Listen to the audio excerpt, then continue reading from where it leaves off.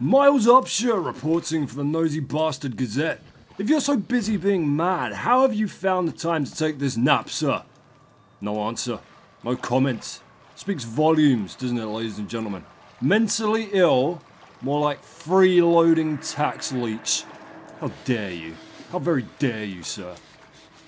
Well, you have to give Murkoff the credit, I guess. This sewer's pretty damn clean. This is the nicest fucking sewer I've ever written an expose on. It's all going in the report, Murkoff. This will be under pros, along with steady, albeit and probably placed supply of batteries. Found scrawled in pencil on the back of an admittance form, handwriting matches samples from patient Father Martin Arkenboard. This God is real, what we've mistaken so long for ghosts, spirits, madness. We were only woefully ignorant. The scales on Saul's eyes were fear, and when you see beyond it, you truly see. This is the gift of the Walrider, the gospel of sand. The greatest sin in the world is willful ignorance of God, to receive a revelation and not spread it to the waiting flock. This place, to stand in the way of salvation, is a sin for which there is no punishment too great. The gospel of sand? Hey, this Walrider's shaping up to be a pretty fun god. You gonna take me to the beach, oh great and powerful Walrider? Make sandcastles, buy me an ice cream and ride the donkey, splash around in the sea and play House of the Dead 2-player with me? Oh holy Walrider, be the loving and attentive father that I never had, not let the empty whiskey bottles do the parenting. Flush the water by turning the 2 valves. Okay, let's take a look at this map. Yep. Yellow for number 1s, brown for number 2s. I got you. What the fuck are you playing at, Fat Chris Walker? He just comes stomping through walls and floors like the fucking Kool-Aid man, doesn't he? Oh yeah! Gonna find you, piggy. Oh yeah! Go away, fat man. Oh look, he is wearing trousers. Ah, I've been losing sleep over that one. Alright, you're going that way, which means any sane school of thought will be leading me in this direction. Yes indeed. You don't want to be around when Chris Walker comes downstairs to use his custom 2-valve toilet. Wait, did he go down the piss tunnel or the Twosies tunnel? Which one am I in? I might need some sort of gas mask here. Let's just drain the filth here. Wash the sin away. Hey, Father Martin. Hey, Walrider. Miles Upshur, faithful sanitation attendant to the Walrider. Doing my holy duties. Performing the great flushing ritual. Hoping for a day out at the beach with my dread god. Dangling our toes off the pier as we fish for bull, huss, flounder. Oh dear God, it's come to ruin all my good work. Oh great and powerful Walrider, can't you just fling Chris Walker head first into something even he's not fat enough to break? Can't you just fling him into it a lot? Not enough to kill him, oh mighty Walrider. I'm not a vengeful man with hate in my heart. Just enough to put him in a coma he'll never wake up from. Outlast is a good name for this and all, but maybe a better one would be Locker Coward. You know what you're getting then. Come on, you pudgy shit. Get on with your feeble investigations and get out of my face. That's it. Only check the locker next to me, as you always do. Because I couldn't possibly be hiding... Oh shit! Oh shit! What? That's not fair. You're not allowed to be good at searching. You're not allowed to learn. Oh fuck, I'm all turned around now. Oh, he's got me. He's gonna pull my head off. Oh no, just my spleen and liver. Thanks, Chris. Thanks for thinking of my mother. You're okay. Alright, this time, I'm not gonna panic. I'm gonna get through the door and calmly leave. Very quickly. Good evening, Mr. Walker. How are things? Do you see how I do not fear you, Mr. Walker? That's because I have a plan. For you see, I am much faster than you, Mr. Walker. Much faster by far. You can pull a man's head from his shoulders with ease, Mr. Walker. But how will you fare in a foot race? To the other side of the world! The game is afoot, Mr. Walker. The race has begun. It would seem that weighing roughly the same as your average family hatchback is not quite the flawless advantage you envisioned it to be. Ah ha ha ha ha ha! You stout clown, you corpulent jagaloon, you hefty halfwit, you swollen stooge. Who wants to see Chris Walker on Celebrity Fat Camp? Get on the treadmill, Walker. Biggie haw. Ah, my innards. Next time on Celebrity Fat Camp. My God, he's eating Donnie Wahlberg. Alright, that's both of them now. We just have to get out of here without being mercilessly devoured. Easy when you have tiny tunnels that enormous cannibals can't grab you in. Easy peasy. Oh, there he is. Come on now. I know you're hungry. There's a whole ward of lunatics upstairs. If you lose about 15 stone, you'll be able to get up the ladder to eat some. Weight goals, Walker. Hashtag the shit out of it. That's it. Off you go. We'll just follow at a respectable distance here. Don't want to get chased again. I understand the running and hiding aspect of the game, and it fits, and I wouldn't necessarily remove it, but there's nothing exciting about standing in a locker for 2 minutes at a time, folks. Not after the first couple of times you've done it. Somebody commented on the last video about jump cuts and me using jump cuts in the editing for these videos, but well, that's mostly what I'm trimming. Standing in lockers like the football team have just taken my lunch money. So long, Chris Walker. So long, Valve Puzzles. Parting is such sweet sorrow, especially when you parted my insides from a stomach. But I won't hold it against you, Chris Walker. I know you're just acting out because your dad doesn't love you and most of your skin's gone. I'd be in a pretty sorry mood too. I get the arsehole when I get a paper cut, so Lord knows what you're going through. You poor man cow. Somebody clued me in on the basic plot of Outlast 2 in the comments of the last video. I think it was Jack Zine. Was it you, Jack Zine? Fuck the steam on my face, you hissy jackal. Apparently hillbillies kidnap your wife. Now we were solemnly discussing... What are you staring at? You never seen a man climb the ladder before? You gibbering inbreed. Solemnly discussing the probability of a rape scene in that game. In relation to how Red Barrel were going to top the sight of a dude sticking his dick in a corpse. And as we mentioned last episode, how channel faithful Emperor's Fist also mentioned that they had pushed Outlast 2's release date back in order to pack it full of even more disturbing shit. But you can't just slap a rape scene in to shock somebody. You gotta build up to it with incrementally more disturbing moments. That's how horror works. That's how the game is played. Oh, somebody's got a lovely singing voice.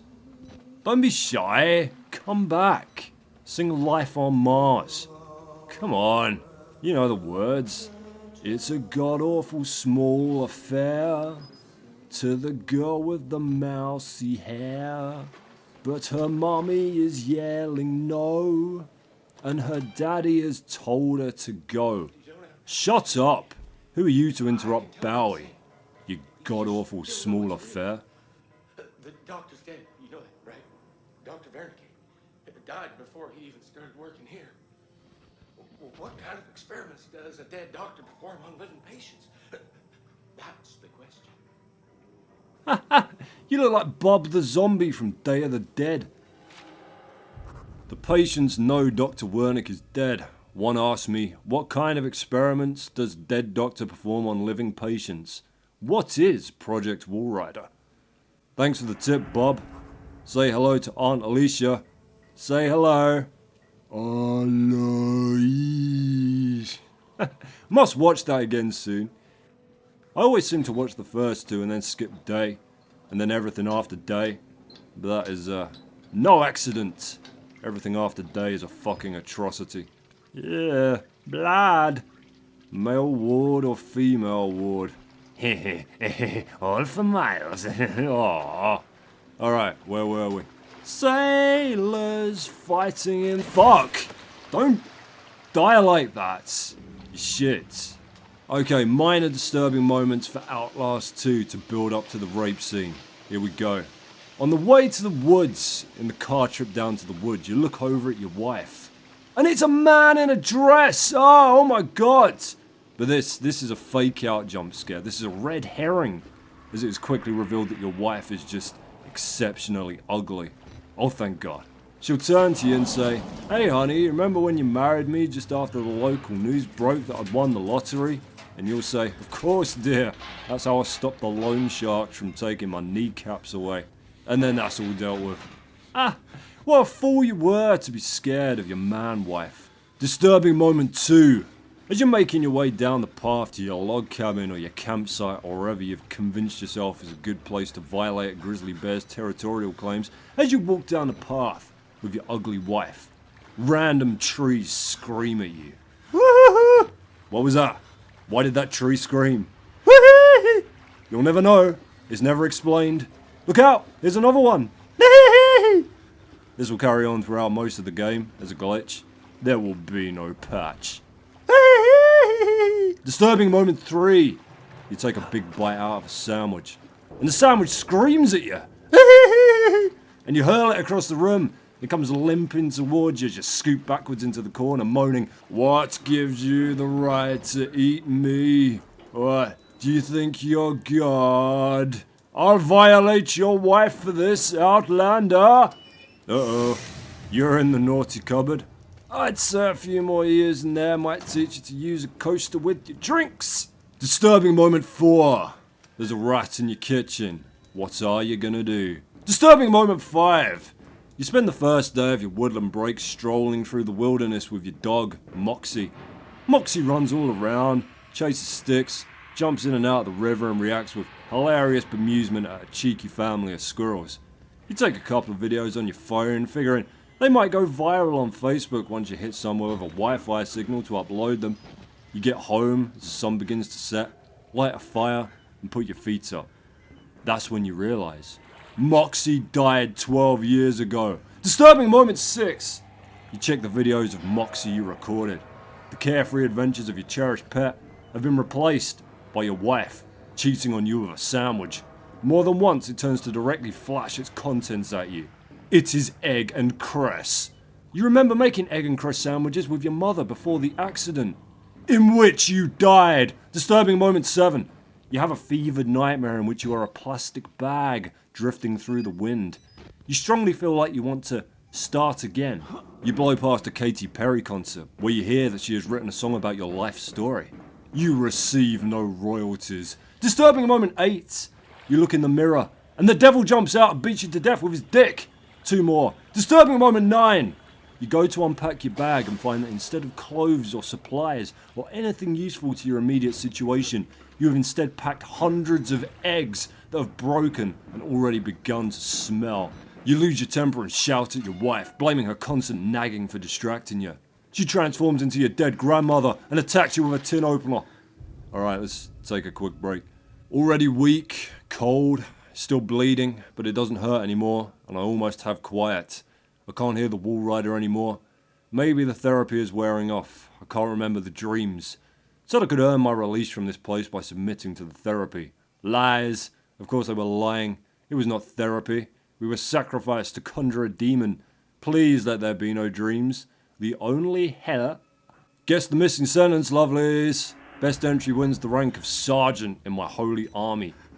The only helicopter out of here was viciously destroyed by seagulls. The only Helen Keller biography in the Asylum Library has been checked out to Chris Walker for 5 fucking years now! What the fuck is he doing with it? Committing it to memory? Using it as a doorstop? God damn it, Chris, other people want to read this woman's inspirational life story. Has he eaten it? He's eaten it, hasn't he? God damn it. Get those entries in, lovelies. Glory awaits. Alright, we need one more disturbing moment. Throw enough shit at the wall and they've got to use one of them by the law of odds. Then I get me my first official writing credit, and it's off to the stars from there, gang. I'll finally have the industry clout I need to get my horror game made. It's truly riveting, and the first of its kind. What's it about? What genre have I invented? 2 little words. Giraffe horror. Oh, you think you can hide in the attic? You think you're safe in your treehouse? Or your tree? Or any other structure or landmark up to around 18 feet tall? Get again! Obviously, to suit the game narrative, these will be the only places you can hide, but basically it's half survival horror rhythm game, half roguelike kart racer. I've already copyrighted it. I've written a big C and a circle over all the design documents, so don't even think about it. Can't read many of the documents anymore because the C is so big and red and used multiple times, but I couldn't afford a lawyer, and the internet told me this might work against stupid people. Alright, it appears I'm sharing a private swimming lesson with Chris Walker at the moment. There, that's the disturbing moment number 10. You're kicking back, having a bath, and you blink for a second and suddenly there's a big fat man in the tub with you. You don't really want him in there with you, but you know if he gets out, the water displacement will be catastrophic, and it'll be nowhere near deep enough to be enjoyable. Oh goody, here's the stairs. Let's just slip by him here. Oh, fuck me. God damn it. What the screaming shit. Mercy of Jesus. Oh, I messed it all up. Gotta get away. Must flee. Must escape this enormous, naked store Santa. We all know what happens to his reindeer. Here we go. Attempt number 2. That's it. You waddle over there. Fuck, I'm stuck on a railing. Oh no, oh dear, goodness me. Remember to jump. Will you, Chris Walker? Will you find me? You better hope there's a cargo lift down there somewhere, you half bovine fuck. Victory Town. Throw open thy gates for fraggers. Is that it? No more sewer adventures? Oh, for Christ's sake. If it's not Chris Walker, it's one of his fucking appetizers, isn't it? Shit. Don't you dare. Don't you kill me. Wahey! Whoa! Wahoo! I don't know where I'm going. Did I lose him? Nope! Bloody hell! Beaten half stupid. There we are. Bye, Minotaur. And we're back in the sewers. Marvellous. These are some gigantic goddamn sewers, you'd have to say. Why are sewers in video games always so cavernous? Do you remember the ones in Knights of the Old Republic? There was a motherfucking rancor hiding down there. I mean, I know some sewers, or at least some sections of some sewers are pretty roomy, but they're usually storm drains. It's rare that any sanitary sewer pipe would be this damn big.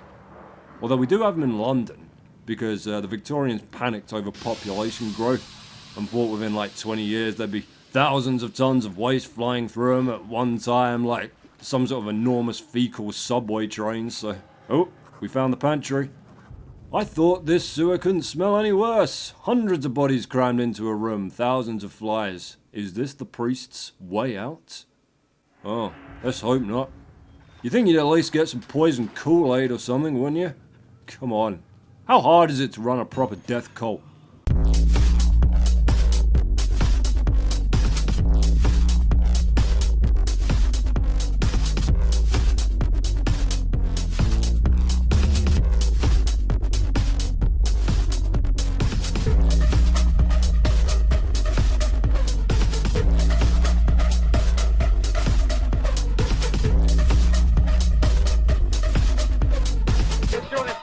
Bitch, how we do things downtown.